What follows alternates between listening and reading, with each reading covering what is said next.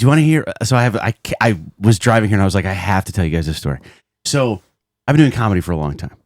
Did the Tonight Show in 2001. That's how long, like, it's been a while.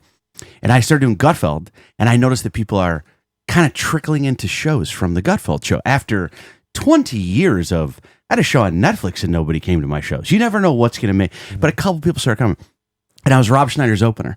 And my agent, he called me and I was like, what's this number? I don't recognize it. He hadn't talked to me in years. And he goes, hey, your name kind of came up. We want to start headlining you again. So I start headlining, and it's just like whatever they pay you to headline, right? Sure. But I'm headlining again. My first weekend is Raleigh at Goodnights. Yeah. And I'm like, that's like a legendary club. Charlie Goodnights. I've never worked there before. I'm very excited. And me and my friend are sitting across the table, and it was lunchtime, Friday, and I go, I wonder if anyone's going to come. Like, I've only been on the show 3 times. Like, I hold hopes that people come, but I don't know. This is really interesting. And he goes, hey, check out the club's website. Maybe there's like a seat map. And I go, sometimes there is. Yeah. So I pull up my phone, and it says early show Friday. And as I'm looking at it, it says sold out. A banner goes across the late show that says sold out. Wow. And I put my phone down, and I go, dude, I'm not kidding you, Mark. I had like a tear in my eye. Like, it was such a, and I go, I think I might have just sold out. It's like 200 seats. I go, I might have just sold that show. And he's like, dude, he got up, he hugged me. As he's hugging me, my phone rings, and it's my agent. And he goes, hey, man, just FYI, you sold 3 tickets to the late show, so we canceled it. Wow. But we put it was sold out on the website, so nobody feels bad. I go, I feel bad.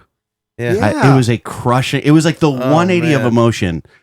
The 180 of emotion. It was like this, it was like, so you got to experience bipolar. It was like the most devastating, but then almost like we were talking about before we come on the air, like to go back. Yesterday was my, I think, 130th appearance. So that was at 3. And now like to have a week in LA where everything's sold out. It's just, I'm so grateful. I think because I never got a chance to get bitter. I didn't have that kind of success. Yeah. Where bitter comes with it. Wow. So. Well, you're so great on that show. How does it feel to be so comfortable in a TV show?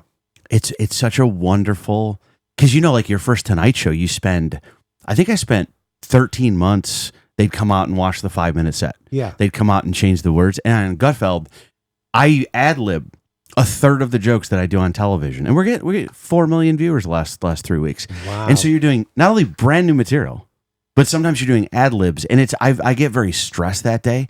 I prepare like you would not believe. I write for 7 hours, like the second I know what we're going to talk about. I have 2 friends I call that are like, they write punchlines. I pay them to do a little side job for, so I take it very seriously. But there is something when you walk out of that studio, and you have to expect a few of them will bomb, but you have to just say, hey, this is brand new stuff. But when you do okay or good, there's no feeling and you I've do ever very had like good. it. I've seen you're very humble, but I've seen you do a bunch of these appearances, and not everybody is a comedian on those panels.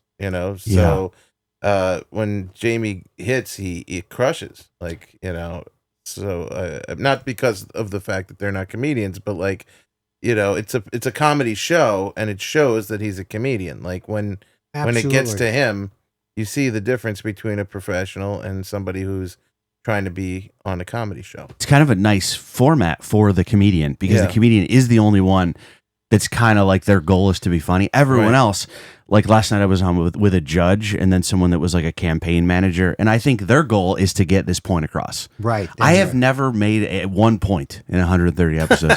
Sometimes someone will say something and someone else will go, to your point. No one's ever looked at me and said, to your point.